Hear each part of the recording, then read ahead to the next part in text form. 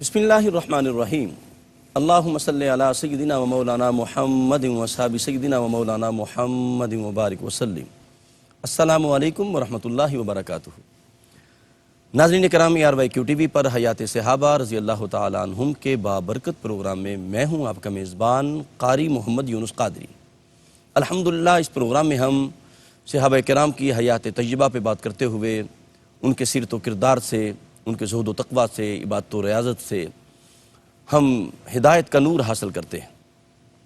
حسب سابق آج بھی الحمدللہ اس عظیم صحابی رسول کا ذکر کرنا ہے کہ جن کو کریم آقا علیہ السلام نے علم کا سمندر بنایا تھا، جو دربار مصطفیٰ سے براہ راست فیض یافتہ تھے، اور ان کا شمار ان صحابہ میں ہوتا ہے جنہوں نے قرآن پاک جمع کیا، اور کریم آقا علیہ السلام کی حیات طیبہ میں اور دور صدیقی میں، سیدنا عمر فاروق کے دور میں، ہر دور میں آپ فتاویٰ کے مسکن پر فائز رہے اور پوری امت کی اصلاح کرتے رہے۔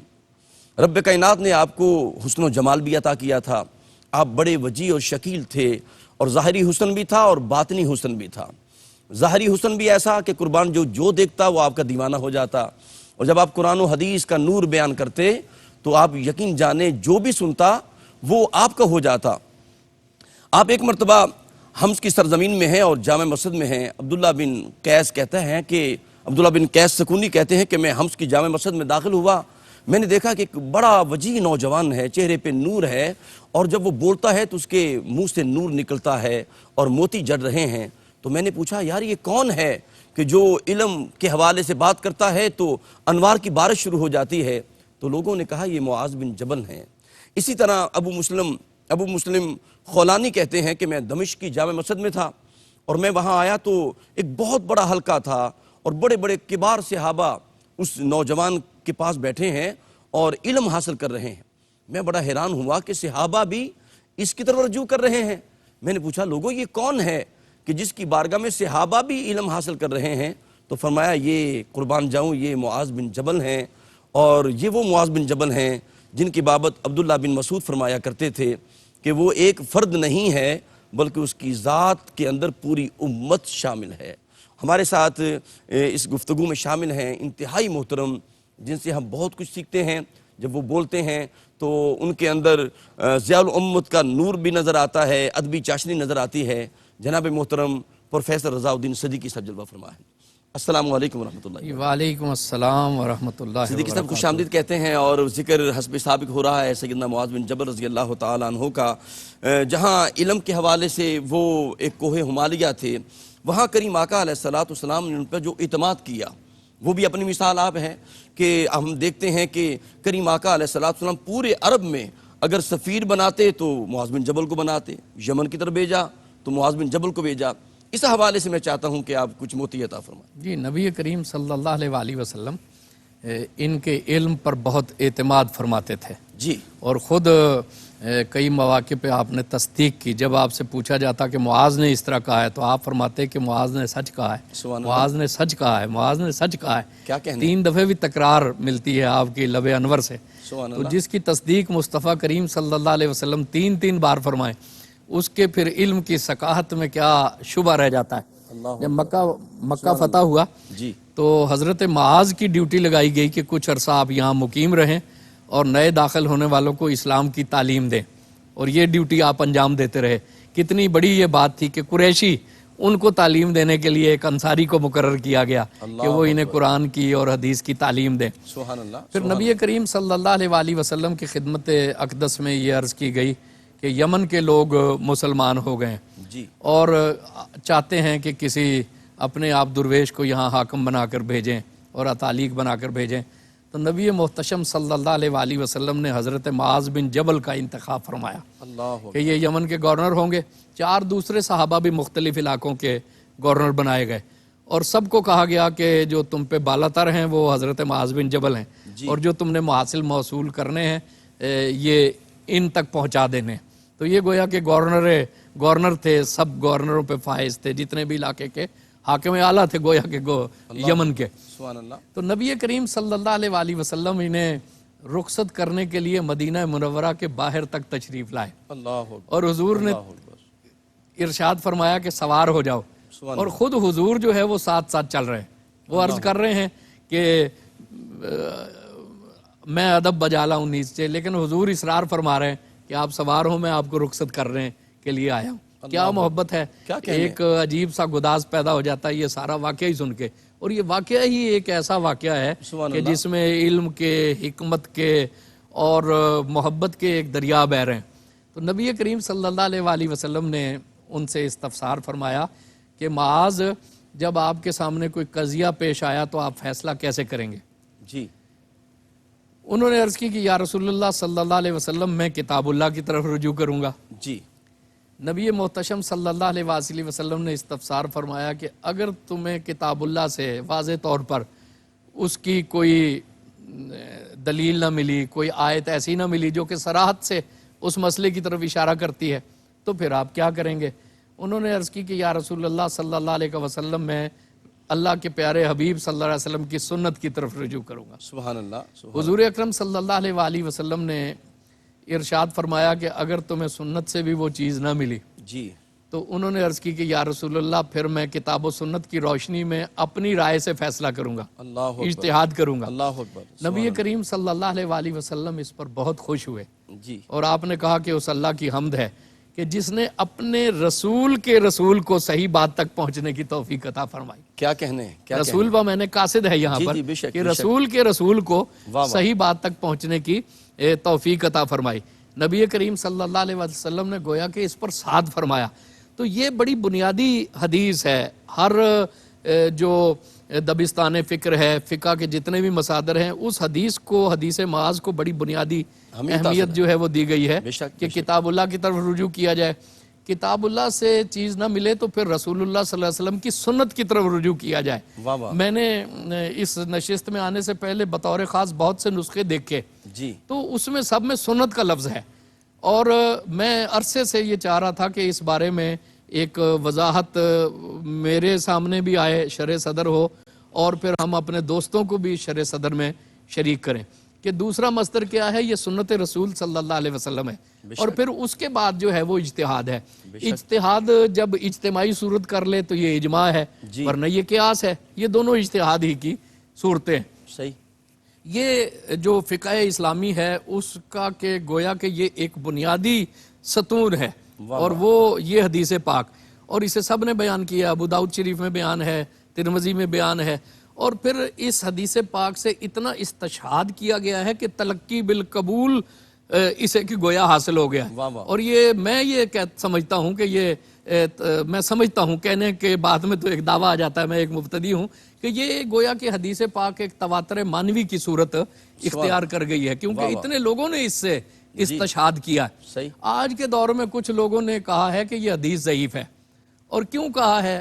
آج کے دور کا المیہ کیا ہے کہ لوگ ایک رائے گھر سے طے کر کے چلتے ہیں، اور پھر قرآن اور حدیث کو اور سنت کو اس کے مطابق ڈالنے کی کوشش کرتے ہیں. جبکہ صحابہ کرام کا طریقہ کار یہ تھا کہ وہ قرآن اور سنت کی طرف رجوع کرتے تھے اور اپنی رائے کو اس کے مطابق کرنے کی کوشش کرتے تھے. آج فتنہ کیوں پھیل رہا ہے؟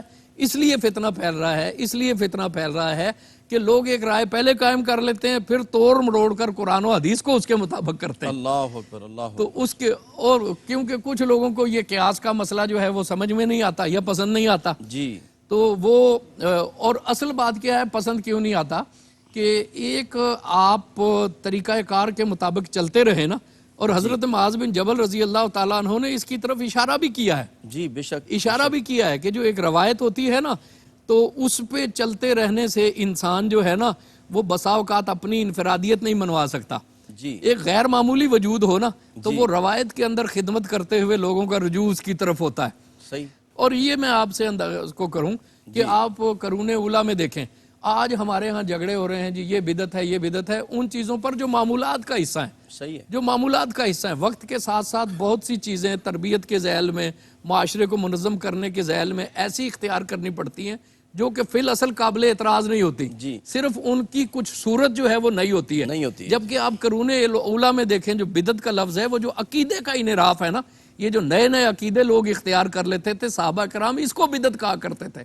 تو یہ حضرت معاذ کی حدیث ہمیں یہ بتاتی ہے کہ نبی کریم صلی اللہ علیہ وسلم نے خود یہ رستہ دکھایا کہ قرآن پہ غور کریں، نبی پاک صلی اللہ علیہ وسلم کی سنت پر غور کریں. جی اچھا اب یہ بڑا ایک معنی خیز ہے کہ حضرت معاذ بن جبل نے عرض کی کہ میں حضور اکرم صلی اللہ علیہ وسلم کی سنت پر غور کروں گا.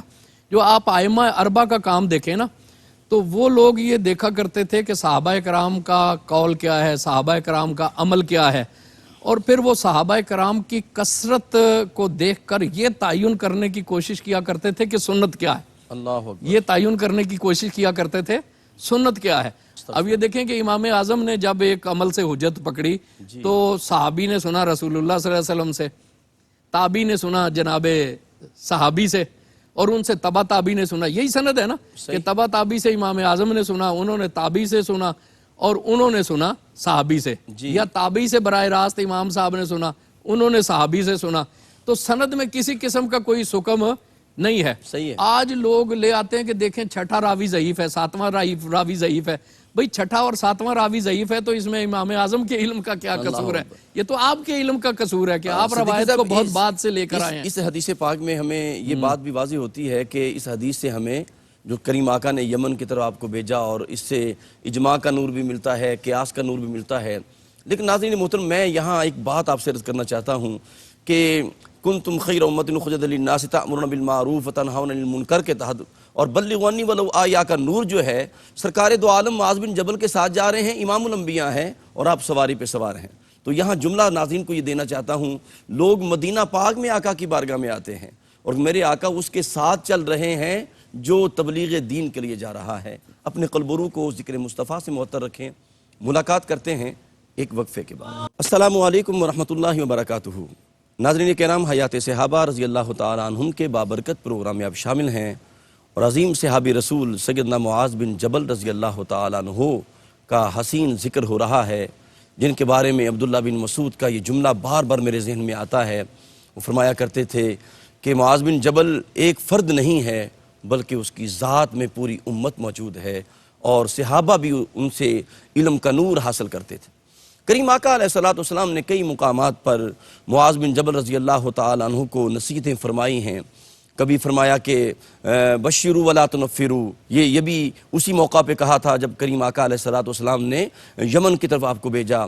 پھر کریم آقا نے فرمایا کہ معاذ میں تمہیں یہ بھی نصیحت کرتا ہوں, جب تم سے برائی ہو جائے فوراً نیکی کرو, کیونکہ نیکی برائی کو مٹا دیتی ہے. پھر کریم آقا علیہ الصلوۃ والسلام نے معاذ بن جبل سے کہا کہ انسان کا جو دشمن ہے وہ شیطان ہے, اور شیطان انسان کے لیے بھیڑیا کی حیثیت رکھتا ہے. فرمایا جس طرح ایک بکریوں کا اجڑ ہو اور وہ اپنے گلہ سے ایک بکری جدا ہو جائے تو بھیڑیا اس کو نگل جاتا ہے, اسے پکڑ لیتا ہے. فرمایا کہ جب انسان جماعت سے جدا ہو جاتا ہے تو شیطان کے نرغے میں آ جاتا ہے. وَمَنْ يَعْشُ عَنْ ذِكْرِ الرَّحْمَنِ نُقَيِّدْ لَهُ شَيْطَانًا قَرِينًا. فرمایا ید اللہ علی الجماع, جماعت پہ اللہ کا ہاتھ ہوتا ہے, گویا تم جماعت کے اندر رہو اگر کامیابی چاہتے ہو. سامعین محترم, ہمارے ساتھ جلوہ فرما ہے انتہائی محترم جناب صدیقی صاحب. صدیقی صاحب کیا فرمائیں گے مزید کہ کس طرح کریم آقا علیہ الصلوۃ والسلام نے آپ کے ذریعے سفیر امن آپ کو بنایا اور سفیر علم آپ کو بنایا؟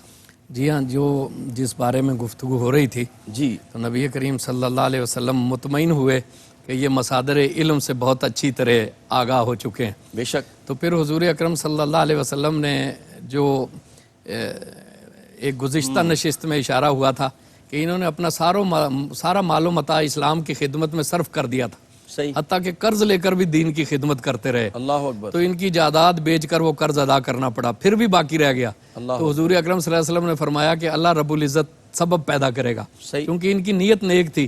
اس لیے حضور نے قرض خواہوں کو کہا کہ ذرا توقف کرو, خود حضور گویا کہ سفارشی بنے. تو وہ لوگ بھی حضور کی بات ماننے والے تھے. تو حضور اکرم صلی اللہ علیہ وسلم نے انہیں کہا کہ لوگ اگر تمہیں ہدیہ دیں تو وہ ہدیہ لے لینا, کیونکہ صحابہ احتیاط کرتے تھے نا, عامل ہونے کی حیثیت سے, گورنر ہونے کی حیثیت سے ہدیہ نہیں لیتے تھے. لیکن حضور نے فرمایا کہ معاذ آپ پہ بہت قرض ہے تو آپ ہدیہ لے لیں. حضور کو ان کے علم اور تقوی پہ اعتبار بھی تھا. حضور کو پتا تھا کہ یہ کوئی ہدیہ وصول کر کے تو کوئی ایسا نہیں ہے کہ ناجائز کسی کا کام کریں گے, اور جو انہیں دے گا وہ خلوص سے دے گا. تو حضور نے فرمایا کہ تم ہدیہ لے لینا اور تجارت بھی کرنا تاکہ تم قرض ادا کر لو کیونکہ تم پہ قرضہ بہت ہے. جی. اب یہ دیکھیں کہ حضور نے کسی کو جبر سے نہیں کہا کہ ایسا بالکل نہیں ہے کہ معاذ قرضہ نہیں دے گا. حضور اگر حکم فرما دیتے تو سارا قرضہ معاف ہو جاتا، لیکن حضور نے دعا فرمائی کہ اللہ سبب پیدا کرے. جی واہ واہ. آج آپ ہم دیکھیں کہ بڑے بڑے لوگ جو ہے وہ قرضے معاف کروا لیتے ہیں اور قوم کا پیسہ جو ہے وہ کھا جاتے ہیں. صحیح. لیکن حضور اکرم صلی اللہ علیہ وسلم نے اغنیا کا قرضہ بھی جو ہے وہ واپس دینے کی تلقین کی. یہ حضور کا معیار ہے. بلکہ صدیقی صاحب جو سرکار دو عالم نے آپ کے لیے صرف آپ کو یہ انفرادیت دی کہ آپ تحفہ لے لیں، لیکن بعد میں جب دور صدیقی آیا، سرکار دو عالم کا وصال پاک ہو جاتا ہے، تو وہ تحائف لے کر بارگاہ صدیقی اکبر کی بارگاہ میں آ گئے کہ آپ اس کو بیت المال میں جمع کر. جی ہاں. اللہ اکبر. پھر یہ کہ پھر بڑی ایک گداز بات ہے کہ حضور اکرم صلی اللہ علیہ وسلم نے ارشاد فرمایا کہ معاذ جب تم اگلے سال واپس آؤ گے تو پھر میری مسجد سے اور میری آرام گاہ سے گزرو گے. اللہ اکبر. ہو سکتا ہے پھر تم سے ملاقات نہیں ہوگی. جی. تو یہ سن کر انہوں نے زاروں کی طرح رونا شروع کر دیا. حضور نے انہیں فرمایا کہ ایسی بات پہ رونا مناسب نہیں ہے. اللہ اکبر. اور کیا رکت آمیز منظر ہوگا کہ معاذ کو یقین ہے کہ یہ میری آخری ملاقات ہے، چونکہ سرکار دو عالم صلی اللہ علیہ وسلم نے فرما دیا ہے. اور حضور معاذ سے جتنی محبت کرتے ہیں، کیا کہنا. کس قدر گریا ہو گداز آپ کے وجود میں بھی ہوگا اور کتنا رکت آمیز منظر ہوگا. پھر حضرت معاذ رضی اللہ عنہ وہاں جاتے ہیں اور انہوں نے پھر اپنی ڈیوٹی کا حق ادا کیا. سبحان اللہ. اور پھر وہ جو قیاس اور اجتہاد ہے پھر انہوں نے کیا بھی. ایک قضیہ آپ کے پاس پیش آیا کہ ایک یہودی فوت ہو گیا اور اس کے بھائی اسلام لا چکے ہیں. جی. تو اب انہیں وراثت دی جائے یا نہ دی جائے. صحیح. تو پہلے یہ معاملہ کہیں ایسا پیش نہیں آیا تھا. تو حضرت معاذ نے دیکھیں کہ قیاس کیا حدیث کے مطابق. انہوں نے فرمایا کہ نبی کریم صلی اللہ علیہ وسلم سے میں نے سنا ہے کہ اسلام جو ہے یہ بڑھانے کے لیے آتا ہے، کسی کو گھٹانے کے لیے نہیں آتا. اللہ اکبر. تو اگر یہ شخص وراثت سے محروم ہو جائے تو پھر تو یہ گھٹ گیا نا. تو دیکھیں کہ خود حضرت معاذ نے پھر اس طریقہ کار کو اپنایا اور پھر وہ یمن سے واپس آتے ہیں.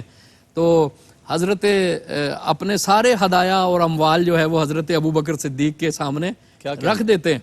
حضرت عمر رضی اللہ عنہ کی رائے یہ ہے کہ یہ بیت المال میں داخل کر دیں.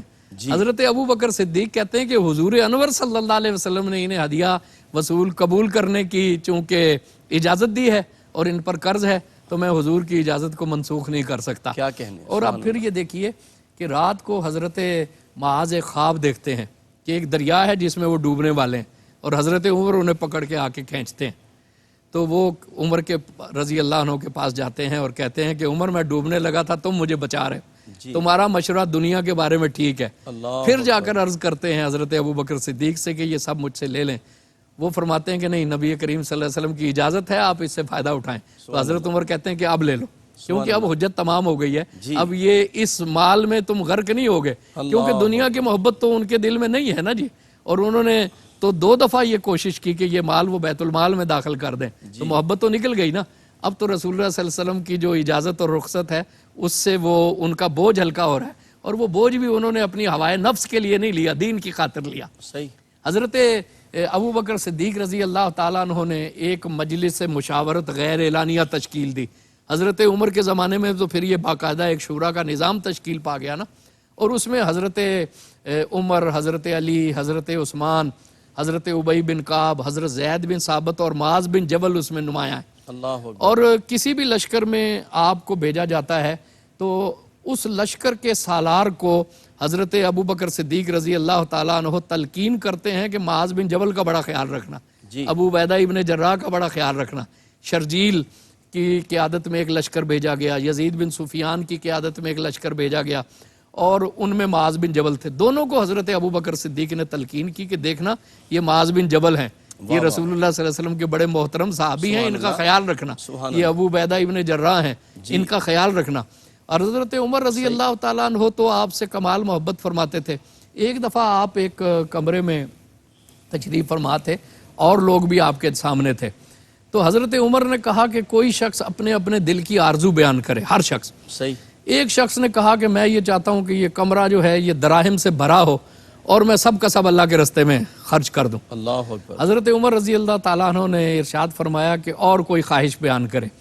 دوسرے نے سمجھا کہ یہ شاید ابھی درہم پہ مطمئن نہیں ہوئے تو انہوں نے عرض کی کہ میں یہ چاہتا ہوں کہ یہ گھر سونے چاندی کے ڈھیر سے بھرا ہوا ہو، ڈھیر لگے ہوئے ہوں اور میں سب اللہ کے رستے میں دے دوں. صحیح. حضرت عمر نے کہا کہ پھر کوئی اور خواہش بیان کرے. تو تیسرے نے کہا کہ میں چاہتا ہوں کہ جواہرات سے یہ گھر معمور ہو اور میں سارا کا سارا اللہ تبارک و تعالیٰ کے راستے میں نچھاور کر دوں. سبحان اللہ. انہیں پتا تھا کہ حضرت عمر ایسی باتوں سے خوش ہوتے ہیں, جی. لیکن پھر بھی محسوس ہوا لوگوں کو کہ ابھی آپ مطمئن نہیں ہوئے. تو لوگوں نے عرض کی کہ آپ ہی کوئی ارشاد فرمائیں کہ آپ کس بات سے بڑے خوش ہوں گے اور کس بات کو آپ اچھی آرزو سمجھتے ہیں. واہ واہ. حضرت عمر رضی اللہ عنہ نے فرمایا کہ میں یہ چاہتا ہوں کہ یہ گھر, بلکہ ایک روایت میں تو ہے کہ یہ دنیا, اللہ اکبر اللہ اکبر, ابو عبیدہ ابن جراح, معاذ ابن جبل اور حذیفہ بن یمان جیسے لوگوں سے بھر جائے. کیا کہنے کیا کہنے. آپ نے فرمایا کہ میری خواہش یہ ہے کہ میں جہاں تک نظر ڈالوں واہ واہ. لوگ مجھے نظر آئیں تو کس طرح کے نظر آئیں؟ ابو عبیدہ ابن جراح جیسے رضی اللہ عنہ, معاذ بن جبل جیسے رضی اللہ عنہ, اور حذیفہ بن یمان جیسے رضی اللہ تعالیٰ عنہم اجمعین. اچھا صدیقی صاحب, یہ جو آپ نے جملہ عطا فرمایا نا کہ دنیا و ما فیہا, مجھے ایک حدیث یاد آئی. حضرت معاذ بن جبل رضی اللہ عنہ حضور کی بارگاہ میں, یا رسول اللہ مجھے کوئی نصیحت فرمائیں, کیونکہ بہت سی نصیحتیں سرکار دو عالم نے عطا فرمائی. تو وہاں ایک یہ بھی نصیحت عطا فرمائی تھی, فرمایا کہ معاذ بن جبل اس بات پر عمل کرنا, میں محمد تمہیں نصیحت عطا کر رہا ہوں صلی اللہ علیہ وسلم. فرمایا اگر کسی مشرک کو تم دار اسلام میں داخل کر دو تو یہ تمہارے لیے دنیا و ما فیہا سے بہتر ہے. سبحان اللہ. بالکل. نبی کریم صلی اللہ علیہ وسلم کے صحابہ امکانی حد تک لوگوں کو تعلیم و تبلیغ کیا کرتے تھے, جی. بلکہ بعض مواقع پر تو اجتہاداً یہ فیصلہ ہوا کہ یہ شاید یہ لوگ مکر کر رہے ہیں. 3 واقعات جو مجھے اس وقت میرے ذہن میں آ رہے ہیں وہ پیش آئے. تو ہر موقع پہ نبی کریم صلی اللہ علیہ وآلہ وسلم نے اس پہ خوشی کا اظہار نہیں فرمایا, بلکہ قدر برہمی کا اظہار فرمایا. اور یہاں تک لفظ ملتے ہیں کہ حل شککتا کلوہ, کیا تم نے ان کا دل چیر کر دیکھا اللہ. کہ وہ مکر سے کلمہ پڑھ رہے تھے یا حقیقت میں پڑھ رہے تھے. جی. تو حضور اکرم صلی اللہ علیہ وسلم نے اس چیز کو پسند نہیں فرمایا. ایسے یہ قتل و غارت گری, انتہا پسندی نہ جانے جو ہے وہ کن روایتوں سے ہمارے معاشرے میں آ گئی ہے. اور نبی کریم صلی اللہ علیہ وسلم نے تو خوارج کی نشانیوں میں سے یہ نشانی بیان کی تھی. تو حضرت عمر رضی اللہ تعالیٰ عنہ کے دور میں فتوحات کا دائرہ جب وسیع ہونا شروع ہوا تو حضرت معاذ بن جبل کو لوگوں نے کہا کہ شام میں کچھ ایسے افراد بھیجیں جو لوگوں کو تعلیم و تلقین کریں. صحیح. تو دمشق میں حضرت ابو درداء چلے گئے تھے, ان کا ذکر خیر بھی نشستوں میں ہوا. حضرت معاذ بن جبل کو حضرت عمر رضی اللہ تعالیٰ عنہ نے شام کی طرف بھیجا, اور یہ زیادہ تر فلسطین کے علاقے کی طرف رہے, اور دمشق میں بھی یہ آیا کرتے تھے, اور علم کا ایک فیضان جاری ہوا. وہ روایتیں جو آپ نے بیان کی, ابو مسلم خولانی کی اور ابو ادریس خولانی دونوں کی روایتیں ہیں جی. کہ 30 صحابہ کو ہم نے دیکھا کہ وہ دمشق کی جامع مسجد میں ہے, اور ایک بہت خوبصورت جوان رانا ان کے درمیان میں بیٹھا ہوا ہے. واہ واہ. لوگ آپس میں گفتگو کرتے ہیں, اور جب کوئی فیصلہ نہیں ہو جاتا تو سب اس نوجوان کی طرف رجوع کرتے ہیں, اور جو وہ کہہ دیتے ہیں سب اس کو تسلیم کر لیتے ہیں. سبحان اللہ. تو میں نے بڑی حیرت سے پوچھا کہ یہ 30 صحابہ ہیں جن کے بال سفید ہو چکے ہیں, اور یہ آپس میں گفتگو کرتے ہیں اور ایک نوجوان کو حکم اور حجت بنا رہے ہیں. کیا کہنا. تو یہ نوجوان کون ہے جسے سب حکم اور حجت بناتے ہیں؟ واہ واہ. تو لوگوں نے کہا کہ یہ معاذ بن جبل ہیں. سبحان اللہ. انہیں کنز العلماء کہا جاتا تھا کیا کہ کہنا. یہ کنز العلماء ہیں. اور نبی کریم حضرت عمر کا جب وصال ہوا تو ان سے کہا گیا کہ وصیت کیجئے. تو انہوں نے کہا کہ آج اگر ابو عبیدہ ابن جراح ہوتے تو میں ان کے لیے وصیت کر دیتا, اور اللہ مجھ سے پوچھتا کہ ابو عبیدہ ابن جراح رضی اللہ عنہ کو کیوں تم نے اپنے بعد امیر بنایا, تو میں کہتا کہ تیرے پیارے محبوب نے انہیں امین الامت کہا تھا. کیا کہنے. اور وہ نہ ہوتے تو میں معاذ بن جبل اگر ہوتے تو میں انہیں امیر بنا دیتا. واہ واہ. مجھ سے اللہ رب العزت پوچھتا کہ معاذ بن جبل کو کیوں امیر بنایا, تو میں کہتا کہ تیرے پیارے رسول نے کہا تھا کہ معاذ بن جبل علماء کے قائد ہیں. واہ واہ. حضور نے فرمایا کہ قیامت میں علماء کا گروہ اٹھے گا اور اس کا جھنڈا معاذ بن جبل کے ہاتھ میں ہوگا. کیا کہنے. ناظرین محترم, سیدنا معاذ بن جبل رضی اللہ تعالیٰ عنہ کو رب کائنات نے علم کا وہ ترہ امتیاز عطا کیا تھا. خود کریم آقا نے فرمایا کہ حلال و حرام کو سب سے زیادہ جاننے والے جو ہیں وہ معاذ بن جبل ہیں. پھر جس طرح صدیقی صاحب نے فرمایا قیامت کے دن علماء کے جو قافلہ سالار ہوں گے وہ معاذ بن جبل ہوں گے. اپنے قلب و روح کو ذکر مصطفیٰ سے معطر رکھیں. ملاقات کرتے ہیں ایک وقفے کے بعد. السلام علیکم ورحمۃ اللہ وبرکاتہ. ناظرین کرام, حیات صحابہ رضی اللہ تعالیٰ عنہم کے بابرکت پروگرام میں آپ شامل ہیں, اور ہمارے ساتھ تشریف فرما ہیں جناب پروفیسر رضا الدین صدیقی صاحب, اور عظیم صحابی رسول سیدنا معاذ بن جبل رضی اللہ تعالیٰ عنہ کا حسین ذکر ہو رہا ہے. معاذ بن جبل رضی اللہ تعالیٰ عنہ جو ہیں, رب کائنات نے آپ کو فقاہت کا نور بھی عطا فرمایا تھا. آپ کی بارگاہ میں ایک عورت آتی ہے اور اس کے 12 بیٹے ہیں اور سارے بیٹے جوان ہیں، اور سہارا لے کر وہ اپنے بیٹوں کا آپ کی بارگاہ میں حاضر ہوتی ہے اور پوچھتی ہے کہ معاذ بن جبل، آپ کیونکہ کریم آقا نے آپ کو فرستادہ بنا کر یہاں بھیجا ہے، تو میں ایک سوال کرنا چاہتی ہوں اور پوچھنا چاہتی ہوں کہ شوہر کا بیوی پر کیا حق ہے؟ تو آپ نے فرمایا یہی کہ وہ اللہ سے ڈرتی رہے اور کما حقہ شوہر کی فرما برداری کرے۔ تو اس نے پھر خدا کی قسم دے کے پوچھا کہ مجھے یہ بتائیں، میرا جو شوہر ہے وہ بڑا ضعیف ہو چکا ہے اور میں اس کا حق ادا نہیں کر سکتی، تو میرے اوپر کیا حق ہے؟ تو پھر آپ نے ایک جملہ دیا، وہ تمام ناظرین کے سننے کے لائق ہے اور اپنی سیرت میں اتارنے کے لیے خاص طور پہ خواتین کے لیے جملہ ہے۔ تو آپ نے فرمایا تمہارے اوپر شوہر کا یہ حق ہے، اگر تمہارے شوہر کو بیماری آ جائے، جزام کا مرض آ جائے، اس کے گوشت کے ٹکڑے ہو جائیں، جسم کے اوپر گوشت نمودار ہو جائے، پیپ اور خون پڑ جائے، فرمایا تو اپنے منہ سے، اپنے ہونٹوں سے اس خون اور پیپ اور جو فاضل مادہ ہے اس کو چوس کر نکالے، تو پھر بھی تو اپنے شوہر کا حق ادا نہیں کر سکتی۔ مفتی صاحب، خاص طور پہ جہاد کے اندر بھی آپ کا بڑا طرح امتیاز رہا، جی ہاں، وہاں بھی علم، تدبر اور حکمت کے ساتھ اللہ رب العزت نے آپ کو جوہر شجاعت بھی عطا فرمایا، بے شک، اور آپ کو ہم دیکھتے ہیں کہ آپ محاذ جنگ میں بھی جو ہے وہ پیش ہیں۔ واہ واہ، جنگ یرموک میں بڑا ایک وہ ایسا مارکہ ہے جس کی ایک تاریخی اہمیت ہے۔ ایک وقت دشمن کی یورش ہو رہی تھی تو آپ بہت جلال میں آ گئے صحیح، اور گھوڑے سے اتر گئے اور کہا کہ میں تو پیدل ہی پیش قدمی کروں گا، اس کے بغیر ہی پیش قدمی کروں گا، اللہ اور کون ہے جو میرے گھوڑے کا حق ادا کرتا ہے؟ تو بہت سے لوگ آگے بڑھے، لیکن آپ کے بیٹے نے کہا کہ میں اپنے باپ کے گھوڑے کا حق ادا کروں گا، اس کا اسم گرامی عبد الرحمن ہے، اور یہ پیش قدمی کرتے رہے، اور پھر اللہ تبارک و تعالیٰ نے آپ کو فتح مبین عطا فرمائی۔ ایک شہر کا جب مسلمانوں نے محاصرہ کر لیا تو انہوں نے دعوت دی کہ اپنے کسی سفیر کو آپ بھیج دیں اور وہ ہم سے مذاکرات کرے۔ لشکر گاہ میں جب آپ ان کی گئے، بڑا زرنگار خیمہ حاکم کا ایستادہ تھا، جس طرح کہ ان لوگوں کا رواج ہوتا تھا۔ جب آپ اندر تشریف لے گئے تو آپ نے دیکھا کہ ایک بڑا منقش قالین، بہت قیمتی قالین بچھا ہوا ہے، اور ان کا حاکم اس کے ایک کنارے پہ تخت پہ بیٹھا ہوا ہے۔ تو آپ نے اس قالین پہ قدم نہیں رکھا اور وہیں نیچے زمین پر بیٹھ گئے اور کہا کہ یہاں آ کر مجھ سے مذاکرات کرو، کیونکہ یہ قالین جو ہے یہ غریبوں کے خون پسینے کی کمائی ہے۔ اللہ اکبر، اللہ، آپ غور کریں کہ یہ غریبوں کے خون پسینے کی کمائی ہے جی۔ یہ سوچیں، حکام سوچیں کہ غریبوں کے خون پسینے کی کمائی پہ ایک صحابی رسول نے قدم رکھنا بھی پسند نہیں کیا، اللہ اکبر، اللہ، اور کہا کہ یہ غریبوں کے خون پسینے کی کمائی ہے، میں اس قالین پہ بلکہ قدم نہیں صدیقی رکھ صاحب وہ سکتا۔ تو یہ چاہتے تھے نا یہ ساز و سامان تاکہ ایک دبدبہ پیدا ہو، لیکن یہ صحابی رسول ہیں، یہ کردار کے دبدبے کے قائل ہیں، یہ سیرت کے اثر پذیری کے قائل ہیں، واہ واہ واہ، یہ جو ایک بیرونی ساز و سامان ہے اس کے یہ قائل نہیں ہے جی۔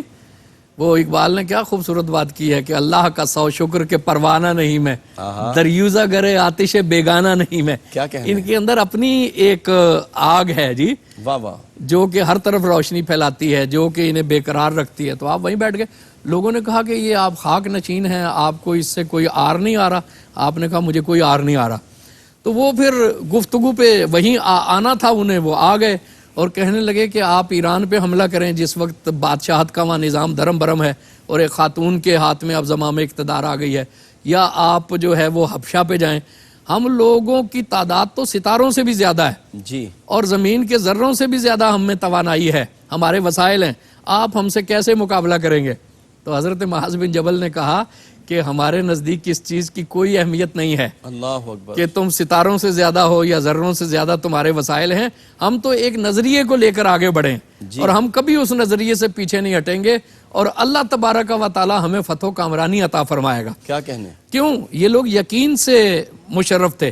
یہ حدیث جس میں حضور نے فتح کی بشارت دی نا کہ قسطنطنیہ فتح ہوگا، بیت المقدس فتح ہوگا جی، حضرت معاذ بن جبل کی ران پہ حضور نے اپنا دست اقدس مارا اللہ اور کہا کہ یہ بالکل یقینی بات ہے، سبحان اللہ، یہ بالکل یقینی بات ہے۔ تو جنہیں نبی کریم صلی اللہ علیہ وآلہ وسلم نے یقین دلا دیا ہو، وہ پھر ان کی تعداد دیکھ کر تو کسی وہم کا شکار ہوں گے۔ آپ نے فرمایا ہمیں اس تعداد کی کوئی پرواہ نہیں ہے، ہم ایک نظریے کے علم بردار ہیں، اور اگر تم ہماری بات نہیں مانو گے تو ہم تم سے لڑیں گے۔ جی، انہوں نے کہا کہ یہ 2 ضلع لے لیں اور واپس چلے جائیں اور شام سے اور روم کی سلطنت سے اپنا رخ ہٹا لیں، لیکن آپ نے اسے قبول نہیں کیا۔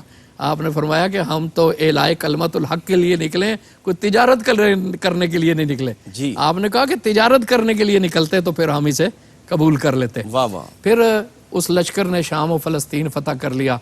ایک وادی میں آپ تھے کہ طاعون کی وبا پھیل گئی، اللہ اکبر اللہ اکبر. اور حضرت ابو عبیدہ ابن جراح اس وقت لشکر کے سالار تھے، جی اور بہت سے صحابہ اکرام شہید ہوئے. صحابہ اکرام میں گفتگو شروع ہو گئی. کچھ نے کہا کہ یہاں سے ہمیں فوراً نکل جانا چاہیے. حضرت ابو عبیدہ ابن جراح کا موقف یہ تھا کہ ہمیں جو ہے یہ یہیں رہ کر حالات کا مقابلہ کرنا چاہیے. جی حضرت معاذ بن جبل کی بھی یہ رائے تھی.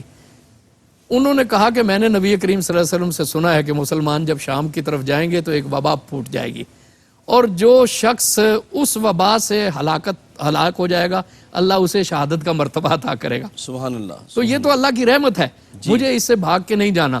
اصل میں وہ دیکھ رہے ہیں کہ تکوین میں اللہ نے کیا مقدر میں لکھ دیا ہے. ان کی نظریں ہیں، انہیں نبی کریم صلی اللہ علیہ وسلم نے بتا کے ایک یقین کا پیکر بنا دیا ہے. جی اور انہوں نے کہا کہ بلکہ کہا کہ میں تو چاہتا ہوں کہ یہ اللہ کی رحمت میرے گھر میں بھی آئے. اللہ 2 خواتین ان کے نکاح میں تھی، وہ بھی اسی طاعون کے حملے میں شہید ہو گئیں. جب وہ واپس آئے تو ان کے بیٹا جو تھا وہ اس کا شکار ہو چکا تھا. بیٹے نے جب والد کو دیکھا تو کہا کہ صبر کیجئے گا. تو انہوں نے فرمایا کہ ستاجدونی انشاءاللہ ستاجدونی من الصابرین، واہ واہ واہ. کہ اللہ کرے گا کہ تم انشاءاللہ مجھے صبر کرنے والوں میں سے پاؤ گے.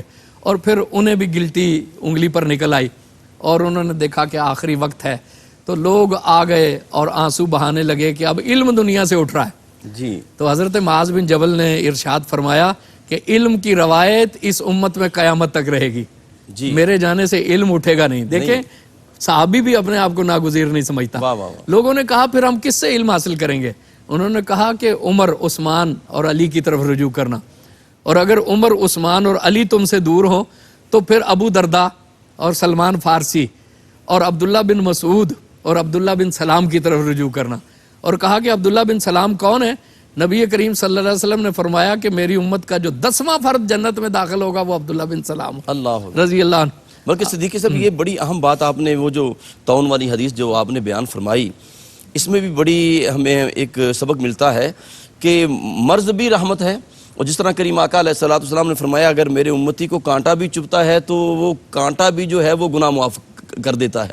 بلکہ حدیث رسول کا مفہوم ہے، کریم آقا نے فرمایا اگر کسی کو بیماری لاحق ہو جائے، بیمار بندہ ہو جائے، تو فرمایا ایک دن اگر وہ بیمار ہو اور صابر رہے، اللہ کی رضا پہ راضی رہے، تو 30 سال کے گناہ معاف ہوتے ہیں. حضرت معاذ ہی کی حدیث میں اس کی بھی تلقین ملتی ہے. جی کسی بھی مصیبت کو دعا سے نہیں مانگنا چاہیے. صحیح ہے. ایک شخص کہہ رہا تھا یا اللہ مجھے صبر دے، تو حضور نے فرمایا کہ تم اپنے لیے مصیبت مانگ رہے ہو، صبر تو تب ہی ہوگا نا جب مصیبت آئے گی تو اس پہ صبر کرو گے. صحیح ہے. تو اللہ کے بندے مصیبت نہ مانگو، جی. بلکہ اللہ سے عافیت مانگو. اللہ اکبر. دوسری حدیث میں آتا ہے کہ نبی کریم صلی اللہ علیہ وسلم نے فرمایا کہ ایمان کے بعد عافیت بڑی چیز ہے، اور اللہ سے عافیت مانگا کرو. جی ہاں جب اللہ کی طرف سے مصیبت آ جائے پھر صبر کرو، پھر اس کا پامردی سے مقابلہ کرو، پھر جزا فضا نہ کرو، لیکن خود کہہ کر صبر اور مصیبت نہ مانگو. لیکن جب آ جائے تو پھر اس کا سامنا کرو. یہاں تو آپ نے بھی بیان فرمایا ہے کہ انہوں نے طاعون کے لیے خود کہا کہ نہیں، طاعون آ گیا تھا.